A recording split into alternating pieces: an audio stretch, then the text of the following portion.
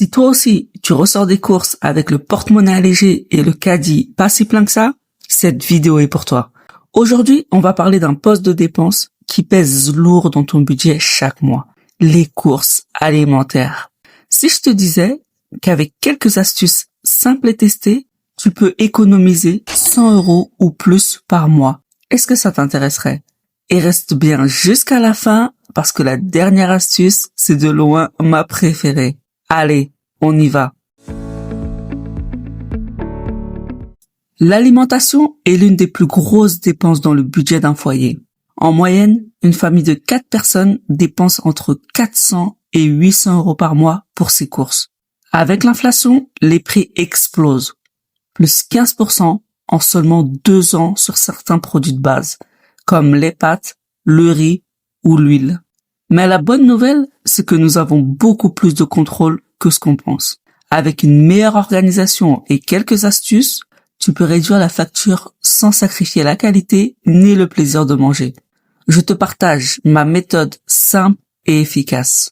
Astuce numéro 1. Ne fais jamais tes courses sans liste. Ça a l'air évident, mais c'est la base de la base. Quand tu entres dans le magasin sans liste, c'est un peu comme partir en vacances sans GPS. Tu finis toujours quelque part, mais rarement là où tu voulais aller. Fais ta liste à partir de tes repas de la semaine et respecte-la. Résultat, moins d'achats inutiles, moins de gaspillage et ton portefeuille te dit merci. Astuce numéro 2. Ne jamais aller faire ses courses le ventre vide. Celle-là, on la sous-estime souvent.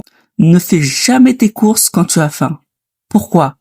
Parce que ton cerveau te pousse à acheter plus. Et surtout des produits chers, gras, sucrés et salés. Des études montrent qu'on dépense en moyenne 15 à 20% de plus quand on fait ses courses affamées. Donc, mange un petit encas avant, tu verras la différence directe sur ton ticket de caisse. Astuce numéro 3. Compare les prix au kilo, pas au paquet.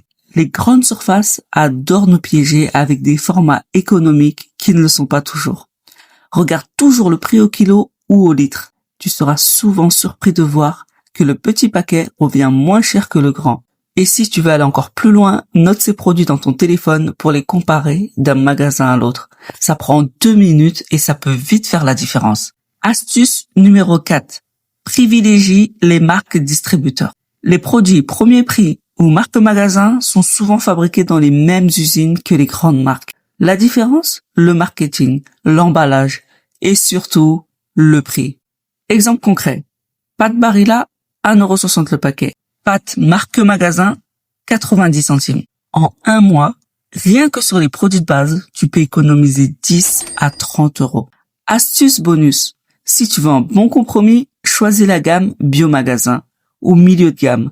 C'est souvent bien moins cher que la grande marque. Astuce numéro 5. Cuisine maison.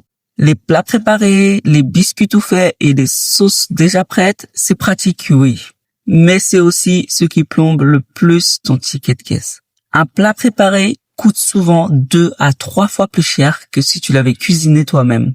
En plus, cuisiner maison, c'est souvent plus sain et plus économique. Ça prend un peu plus de temps, mais les enfants adorent. Astuce numéro 6.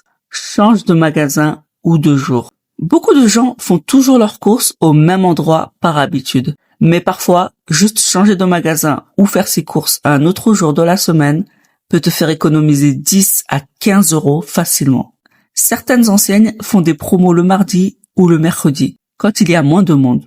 Et si tu as un marché local, vas-y en fin de matinée. Les commerçants baissent souvent leurs prix pour écouler leurs produits.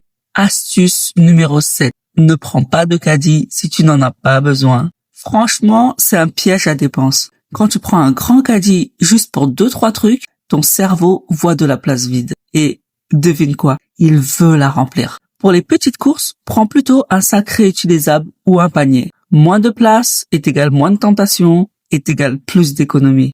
Astuce numéro 8. Utilise les cartes de fidélité intelligemment. Beaucoup de gens pensent que les cartes de fidélité, c'est inutile, jusqu'à ce qu'ils voient leurs bons d'achat s'accumuler. En combinant les promos et les points, tu peux vraiment économiser sur le long terme.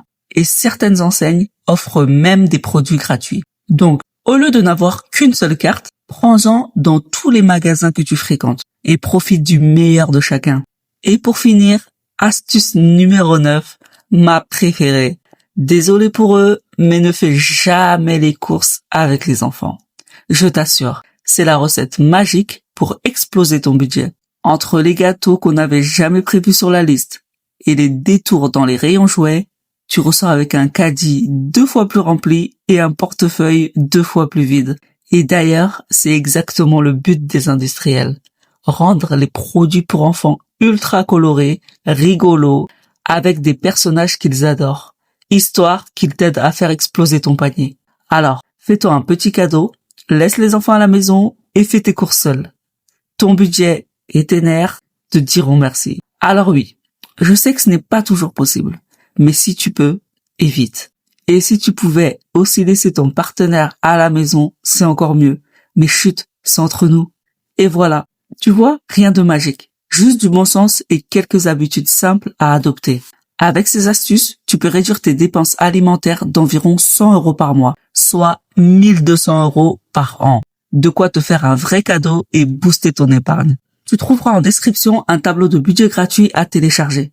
Il t'aidera à mieux suivre tes dépenses et à voir noir sur blanc où ton argent part vraiment chaque mois. Et si tu veux aller encore plus loin, surtout ne rate pas la vidéo qui s'affiche sur les 5 erreurs qui t'empêchent d'économiser. Parce que faire des économies, c'est bien, mais les garder, c'est encore mieux. On se retrouve de l'autre côté.